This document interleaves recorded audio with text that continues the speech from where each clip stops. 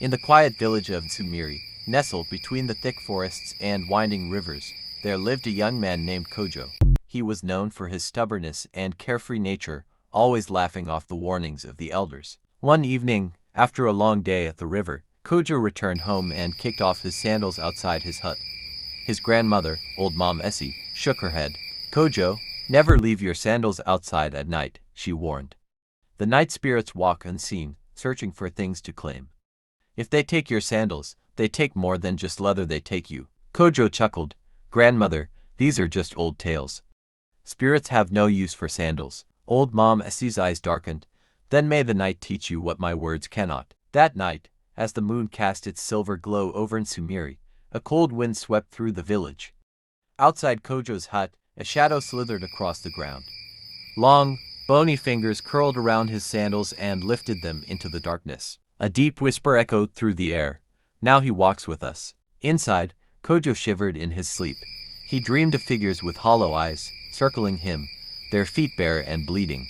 "You belong to us now," they murmured. At dawn, Kojo stepped outside and froze. His sandals were gone. But what sent a chill down his spine were the footprints in the dirt, leading away from his hut. They were his footprints, yet he had never taken a step. His heart pounded. He ran to the village square, his bare feet pressing into the earth. The villagers stared. "The spirits have walked in his place," an elder muttered. "He has been chosen." Kojo's feet tingled as if he had walked miles in his sleep. But how? That night, Kojo couldn't sleep.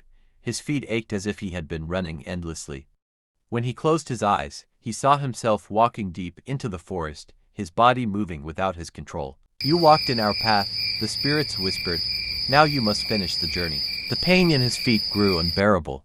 He looked down. Dark symbols had appeared on his skin, twisting like living roots. Panicked, he rushed to old Maame Esi. She gasped, "They have marked you. If we do not break the bond, you will walk into the forest on the next full moon and never return." The elders gathered before the sacred tree at the edge of the village. They burned herbs and chanted words older than time itself. Kojo was given a bowl of river water mixed with crushed leaves. "You must walk to where your footprints ended," they told him.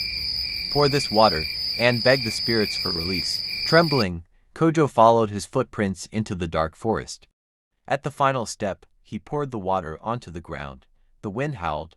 The spirits wailed. "You are free," they whispered, fading into the night. The markings on Kojo's feet disappeared. He staggered back to the village, weak but alive. From that night on, no one in Nsumire ever left their sandals outside again.